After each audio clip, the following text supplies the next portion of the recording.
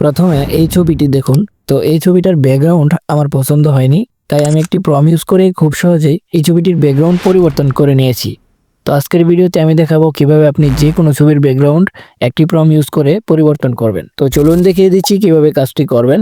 তো শুরুতে আপনার ফোন থেকে জিমিনি অ্যাপ্লিকেশনটিকে ওপেন করে নেবেন। দেন এখান থেকে ক্রিয়েট ইমেজে ক্লিক করে প্লাস আইকনে ক্লিক করে যে ছবিটির ব্যাকগ্রাউন্ড পরিবর্তন করতে চাচ্ছেন সেই ছবিটি এখানে আপলোড করে দিবেন। দেন এখানে একটি প্রম লিখে দিতে হবে। তো একটি প্রম আমি আগে থেকে লিখে রাখছি, তাই প্রমটি এখানে পেস্ট করে দিলাম। তো এই প্রমটি আপনি ভিডিওর শেষে পেয়ে যাবেন, অথবা আপনি যদি এই ভিডিওর কমেন্ট বক্সে প্রম লিখে কমেন্ট করুন, তাহলে আমি আপনার ইনবক্সে পাঠিয়ে দিব।